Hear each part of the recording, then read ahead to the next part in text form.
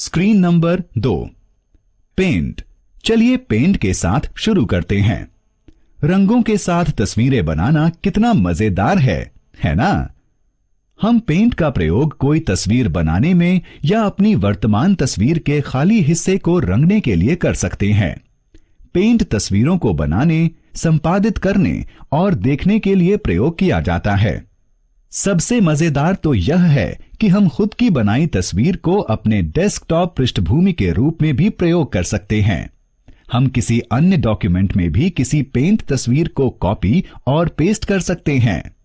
Paint को आरंभ करने से पहले चलिए हम स्टार्ट पेंट को चालू करते हैं और इसकी विंडो को जानते हैं। पेंट चलाने के लिए स्टार्ट बटन पर क्लिक करें, ऑल प्रोग्राम्स पर माउस को ले जाएं, एक्सेसरीज पर क्लिक करें, पेंट पर क्लिक करें। पेंट विंडो दिखाई देगी। वैकल्पिक रूप से आप स्टार्ट मेन्यू में सर्च, प्रोग्राम और फाइल टेक्स्ट बॉक्स में पेंट को टाइप कर सकते हैं। पेंट विंडो को देखें। यह 4 मुख्य भागों में विभाजित होता है। पेंट बटन, क्विक एक्सेस बार, रिबन, ड्राइंग क्षेत्र। पेंट बटन के साथ शुरुआत करते हैं। यह एक पेंट बटन है। आप इस बटन के प्रयोग से कई काम कर सकते हैं। इस पेंट बटन के कई विकल्प निम्न हैं: open, new, save as, print. Open, यह विकल्प वर्तमान पेंट फाइल को खोलता है। न्यू, यह विकल्प नई पेंट फाइल बनाने में सहायता करता है। सेव एज, यह विकल्प पेंट फाइल को सहेजने में सहायता करता है। प्रिंट, यह विकल्प पेंट फाइल को प्रिंट करने में सहायता करता है। अब इसे देखो, यह क्विक एक्सेस टूल बार है। जैसा कि इसके नाम से जाहिर है, यह बार बार प्रयोग होने वाले टूल्स को पाने में आपकी सहायता करता है, जैसे कि सेव, रीडू और अनडू। आप क्विक एक्सेस टूल बार को ड्रॉप डाउन सूची से आइटम चुनकर अपने अनुकूल भी कर सकते हैं। रिबन को देखें। रिबन में 2 टैब होते हैं, होम और व्यू। पहले होम टैब के बारे में जानते हैं। होम टैब में वे टूल्स होते हैं जो तस्वीर बनाने और एडिटिंग करने में सहायता करते हैं।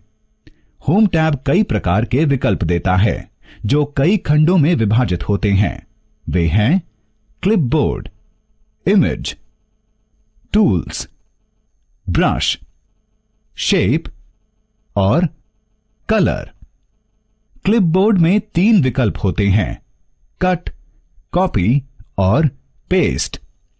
इन तीनों विकल्पों के प्रयोग द्वारा हम पेंट में चयन किए गए ऑब्जेक्ट को कट, कॉपी और पेस्ट कर सकते हैं। ये विकल्प आपको एक तस्वीर में एक ही ऑब्जेक्ट को कई बार प्रयोग करने की आजादी देते हैं।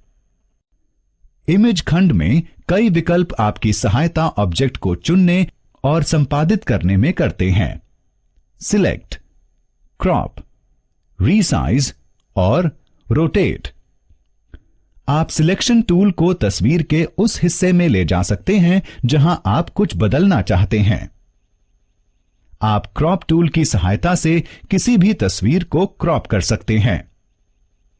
क्रॉपिंग आपको तस्वीर को उस तरीके से संपादित करना सिखाती है जहां से केवल तस्वीर का चुना हुआ हिस्सा ही दिखे। आप या तो पूरी तस्वीर को या तस्वीर के कुछ हिस्से को दोबारा आकार देने के लिए रीसाइज टूल का प्रयोग कर सकते हैं। आप पूरी तस्वीर को या उसके चुने हुए हिस्से को घुमाने के लिए रोटेट टूल का प्रयोग कर सकते हैं। टूल्स खंड आपको वे विभिन्न टूल्स प्रदान करता है जिससे आप तस्वीर बना सकते हैं और संपादित कर सकते हैं। ये टूल्स हैं: pencil, fill with colour, text, eraser, colour picker, magnifier. इसे देखें। यह ब्रश ड्रॉप डाउन मेन्यू आपकी सहायता एक तस्वीर बनाने के लिए विभिन्न प्रकार के ब्रश का प्रयोग करने के लिए करता है। शेप खंड आपको विभिन्न प्रकार के आकार प्रदान करता है जो आप अपनी तस्वीर में प्रयोग कर सकते हैं। ये लाइन और कर्व खंड टूल्स भी प्रदान करते हैं ताकि एक सीधी और सरल रेखा खींची जा सके। कलर खंड आपको तस्वीर बनाने के लिए कई प्रकार के रंग प्रदान करता है। अब ड्राइंग क्षेत्र में देखते हैं। यह क्षेत्र एक ड्राइंग शीट की तरह होता है। सभी ड्राइंग, पेंटिंग और स्केचिंग गतिविधियां इस क्षेत्र में की जा सकती हैं। चलिए अब एक नई तस्वीर बनाने के लिए हम इन टूल्स और विकल्पों का प्रयोग करते हैं।